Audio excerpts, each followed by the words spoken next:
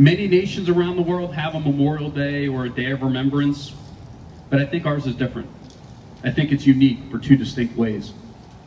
First, unlike many nations with long histories, I think we know exactly with whom our remembrance begins.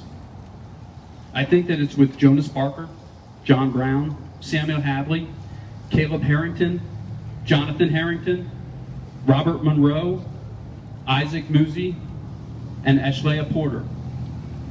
At about dawn on the 19th of April, 1775, these 8 men were the first to give their lives at the Battle of Lexington, the first casualties of what would become our war for independence. Almost exactly 243 years later, on the 10th of April, 2018, United States Marines Christopher Saltman, Robert Hendricks, and Benjamin Hines were the latest to add their names to the rolls of our honored dead. These 11 servicemen, and all the men and women who have come between, have given their lives on and under the sea, in the skies, on the beaches, and on battlefields around the world, like other service members from other nations. So what is the second thing that I believe makes them unique? Around the world, soldiers, sailors, airmen, and Marine fight for many reasons. But in the armies of the world, ours stands unique. Men and women who have given their lives for this nation took an oath. But unlike an oath taken around the world, it was not to a person, it was not to a king or another ruler, but it was to an idea, it was to a dream. In 1775, those 8 men gave their lives for a dream of liberty. That dream would manifest itself a year later in a Declaration of Independence on the 4th of July. At the end of that long war, that dream would become the law of the land, and on the 4th of March, 1789, our current Constitution went into service. And since that day, those who have served their nation have taken an oath, very much like that we do today, to support and defend the Constitution of the United States. Now surely, those who have seen combat know that in battle stations, in cockpits, and in foxholes, we fight for those who are left and our right. We fight because we must. But underlining that immediate need to fight is this idea of liberty. This dream of our founders, the idea of a more perfect union, of establishing justice, of ensuring domestic tranquility, providing for a common defense, promoting a general welfare, and securing the blessings of liberty for our citizens. To these ends, hundreds of thousands of Americans have given their lives. In the depths of my soul, I hope and I pray that the list of those we remember this day grows no longer. But I know this dream will not come true. For as long as the dream of our nation lives, men and women will be required to defend it. And so on this Memorial Day, like all Memorial Days between 1868 and today, we remember. We give thanks that such men and women lived. We honor their memory, and we give reverence to their lives cut short, typically in their prime.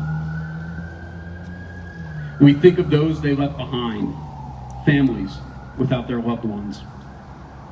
We take a moment of silence so that they are never forgotten. At 3 p.m. today, our nation will take a moment of silence to honor those across our nation. I encourage all of you to join with us in the national moment of remembrance. But also today, as you remember the lives lost, we must not forget to celebrate those lives. To celebrate that such men and women lived.